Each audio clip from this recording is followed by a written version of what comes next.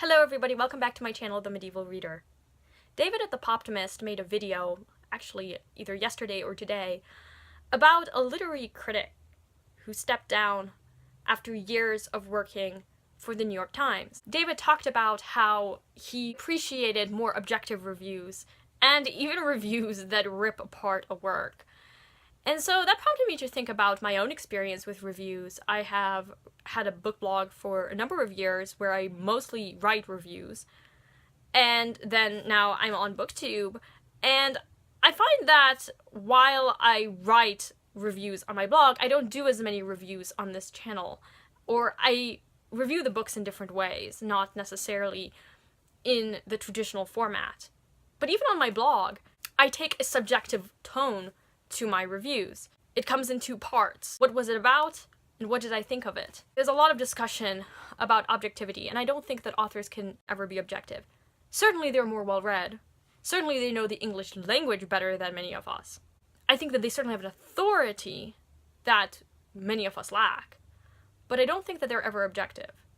And especially when it comes to nonfiction, they definitely are not objective. And if people think they're being objective, they could often be misled. A lot of nonfiction that is in the bookstore is what I like to call popular nonfiction, creative nonfiction, journalistic nonfiction. It's not the kind of nonfiction that academics produce, for example, that's peer-reviewed, that's more about the facts. The nonfiction that you usually find in the bookstore is almost an extended essay. It's one author's take on a particular issue, using a lot of facts to back up their view. And so when a critic takes on the work, we have to think about who the critic is and what the critic's perspective is, and that really shapes how they read the text. Professional book reviews are a subgenre of the essay. I think it is this engagement with the text from a particular perspective. It tells you not only about the book, its strengths and weaknesses, but it also tells you about the reviewer and what the reviewer values in a book. And so if we can connect with that reviewer, then we're more likely to trust their reviews. The problem I have with removing the personal pronoun I and trying to be objective is that it just comes across as arrogant. There are literary critics who are like Simon Cowell. They just like being nasty because it gives them visibility. I don't think that they're trying to be objective. I think they know that they have a certain reputation and they're trying to keep that reputation. And so they will be extra nasty, especially about books that are already popular, because it helps boost their reputation. Even if they're right that it's a problematic book, they're not being objective because they always have an eye to their audience. There's always an audience for a literary critic, and they're writing for certain journals. And again, with nonfiction, they're writing for certain journals that have certain political views, that have certain agendas that they want to communicate, things that they stand for, and certainly the book review has to be a part of that. So I don't think they're ever objective. Whenever people mention objectivity, it's always in justification of negative reviews, which I think are certainly very valuable, but they have to be constructive. And if you're using ad hominems and launching them against works of fiction or nonfiction, I don't see how that's objective. I mean, calling a book trash, like, that's not objective. It's not constructive. Like, why? I mean, still, that's a subjective term. I don't actually turn to professional reviewers to know whether a book is worth reading or not. I turn to Goodreads or Amazon and look at the most positive reviews and the not so positive reviews. Or I turn to BookTube if it's a book that has not been released yet. Because these are people like me, the ordinary Joe, who wants to know whether a book is particularly good.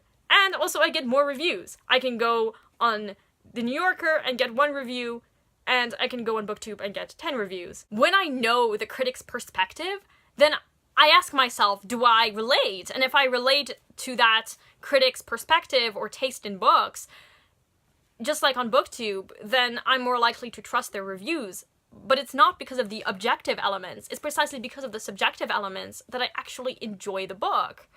So I think that the subjectivity aspect of book reviewing should be emphasized, I don't think that it undermines the integrity of the reviewer as long as they're being honest. It tells us a lot about the reviewer, and we can connect more with the reviewer. And also because reviews are not just about what's positive and what's not positive about a book. They're actually essays in their own right. When I read them, I learn more about the author, about what works they've written before. And reviews can be quite beautiful. They can be aesthetically pleasing. I read reviews in the New Yorker because they're good. They're beautiful, and I don't think reviews always have to be about the content of the book. In fact, I don't think that we watch reviews often about the content of the book. I mean, we can just go on Goodreads to know what the book is about. And we can just see hundreds of reviews on Goodreads and Amazon to determine whether we want to read the book. When we go on BookTube and follow certain channels, it's because we somehow relate to their perspective. And they talk about books we've never heard of. So the advertisement element is certainly huge on BookTube. And not just because of book hauls or sponsored videos or whatever, but because you're talking about a book no one's heard of. And if you liked it, well, there you go. That's advertisement. Now I heard about this book. And if you like my perspective on a book, then you're more likely to try the book. But the I matters. It's my opinion. If I pretend that I'm being objective, I think that I just come across as being arrogant. I think that negative reviews also tend to be more popular when the book is already popular and everybody loves it, and then this literary critic comes on and trashes it, and then it's popular. But again, does it prevent other people from reading the book? No, it's more popular because it's so controversial, and people are like, oh my gosh, I can't believe this critic said this, or this is so funny, I completely relate. They have an audience, they know their audience, they're writing for an audience. I don't think that we need to be trying to be objective. I don't think book reviewing is ever objective, and I really want to know you. I want to know what makes you tick, and that will inform me a lot about why you may or may not like a book. So that's my thoughts about being objective. I have so much editing to do to get rid of so much that just doesn't belong in this video. Hopefully it makes sense when I press publish. But let me know your thoughts about book reviewing. Where do you turn for your book reviews? And I really want to thank David for his video. The Poptimist is a great channel. I'm sure you're aware of it. But it got me thinking about where I go and why I read reviews and what reviews really do for us. So let me know what you think. Thanks everyone. Bye now.